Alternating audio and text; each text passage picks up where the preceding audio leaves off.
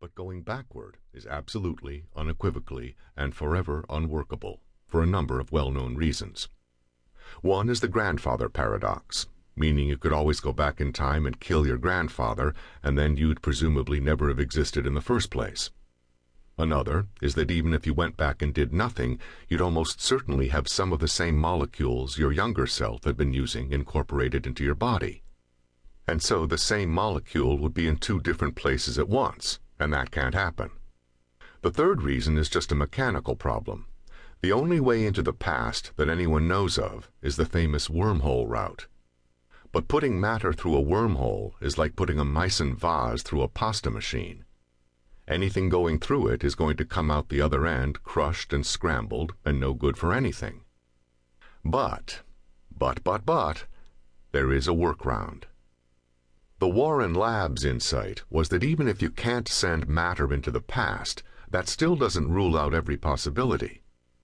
If you can't send anything, that should mean that you can send nothing.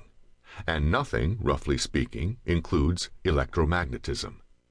They developed a way to send bursts of energy through a tiny, artificially created Krasnikovian tube. They figured the pattern of energy bursts might be able to carry some information. In fact, it could carry a lot of information. The signal they sent back encoded a lifetime of distilled memories, basically everything that creates the illusion called a sense of self. In this case, myself. Of course, the next problem is that there has to be a receiver and storage on the other end. And in the era we were interested in, there weren't any radar dishes or disk drives or silicon chips or IF antennas or even a crystal radio. Circa 664, there was only one existing object that could receive and store that much information: a brain. I began to be able to move my eyeballs. I started to make out how my right hand, the one holding the thorn rope, was broad and beefy and heavily calloused on the palm heel.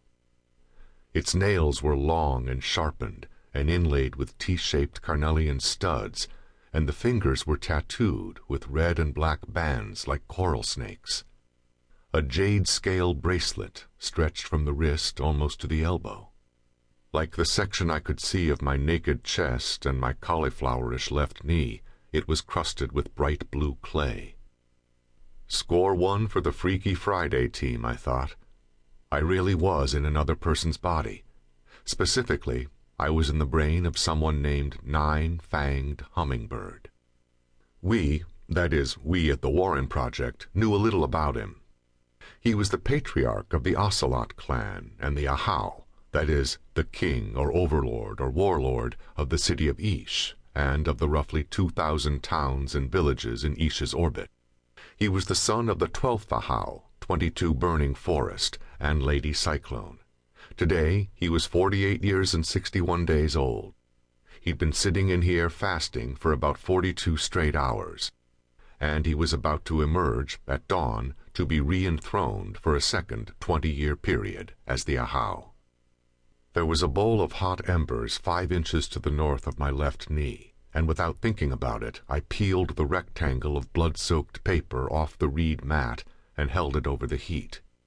For a moment, the light of the coals glowed through the sheet, and I could see glyphs on the other side, the phrase, "Watch over us, protect us," and then the profile of an eagle.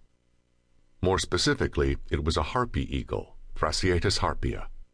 In Spanish it was arpia, and in Mayan it was hunkok, gold ripper, and the Aztecs called it the wolf with wings. It was the emblem of a clan, my clan, that is, the clan of the person whose brain I'd commandeered. The paper was a letter, my clan's petition to one ocelot, at the womb of the sky. Automatically, I folded the sticky sheet into a triangular bundle. It was a complicated set of motions, like making an origami crane, but I, or rather my body's previous owner, must have rehearsed it 100 times, and set the paper down in the bowl.